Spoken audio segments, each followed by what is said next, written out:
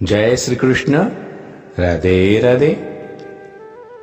राधे सत्संग में रसपान करते मेरे सभी आत्मीय जनों, श्री वल्लभ की प्रेरणा से प्रेरित होकर राधे सत्संग के अविरत बहते सत्संग प्रवाह में आज हम थोड़ा सा आचमन करेंगे और जानेंगे कि क्या प्रभु हमें प्रत्यक्ष दर्शन देते हैं।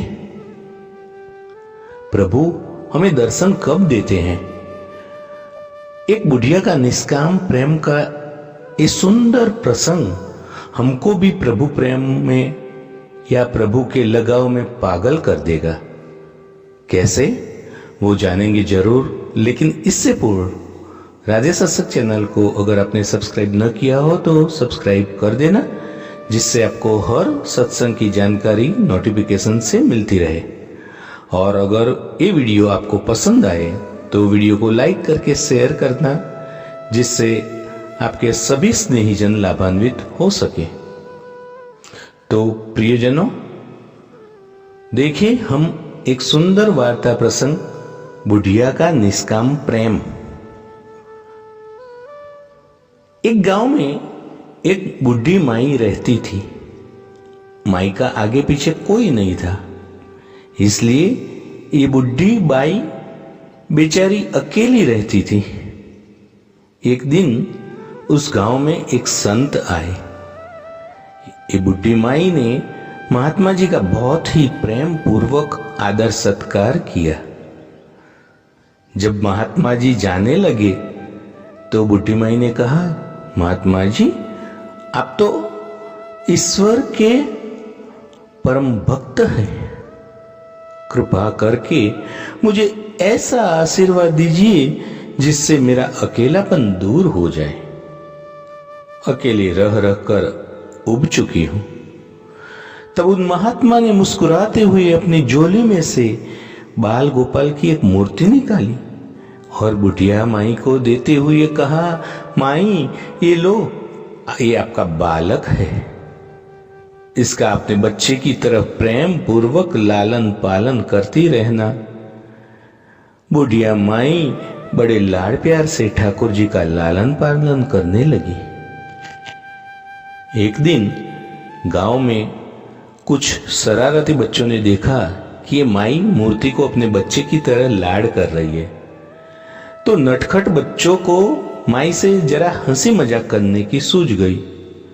उन्होंने माई से कहा, अरे मैया सुन, आज गांव में जंगल में से एक भेड़िया घुस आया है जो छोटे छोटे बच्चों को उठाकर ले जाता है और मारकर खा जाता है। तू अपने लाल का ख्याल रखना, ध्यान रखना, कहीं भेड़िया इसे उठाकर ले ना जाए। बुढ़िया माई ने अपने बाल गोपाल को उसी समय कुटिया में विराजमान किया और स्वयं लाठी छड़ी लेकर दरवाजे पर पहरा लगाने के लिए बैठ गई। अपने लाल को भेड़िए से बचाने के लिए बुढ़िया माई भूखी प्यासी दरवाजे पर पहरा देती रही। पहरा देते देते एक दिन बीता, दूसरा, तीसरा, चौथा, पांचवा दिन भी बीत गया। बुढ़िया माई 5 दिन और 5 रात लगातार बगैर पल के झपकाए भेड़िए से अपने बाल गोपाल की रक्षा के लिए पहरा देती रही। उस भोली भाली मैया का यह भाव देखकर ठाकुर जी का हृदय प्रेम से भर गया। अब ठाकुर जी को मैया के प्रेम को प्रत्यक्ष रूप से आस्वादन करने की इच्छा हुई। उनसे रहा नहीं गया। भगवान बहुत ही सुंदर रूप धारण कर वस्त्राभूषणों से सुसज्जित होकर माई के पास आए। ठाकुर जी के पांव की आहट पाकर माई डर गई कि कहीं वो दुष्ट भेड़िया तो नहीं आया मेरे लाल को उठाने। माई ने लाठी उठाई और भेड़िए को भगाने के लिए खड़ी हो गई। तब श्याम सुंदर ने कहा, मैया मैं हूं, मैं तेरा वही बालक हूं कि जिसकी तुम रक्षा कर रही हो मैया।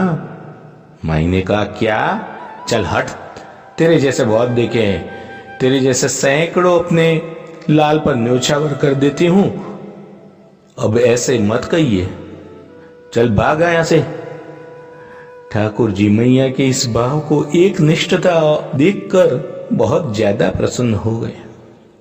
ठाकुर जी मैया से बोले, अरे मेरी बोली मैया, मैं त्रिलोकीनाथ भगवान हूँ। भगवान, मुझसे जो चाहे वो वर मांग ले, मैं तेरी भक्ति से प्रसन्न हूँ।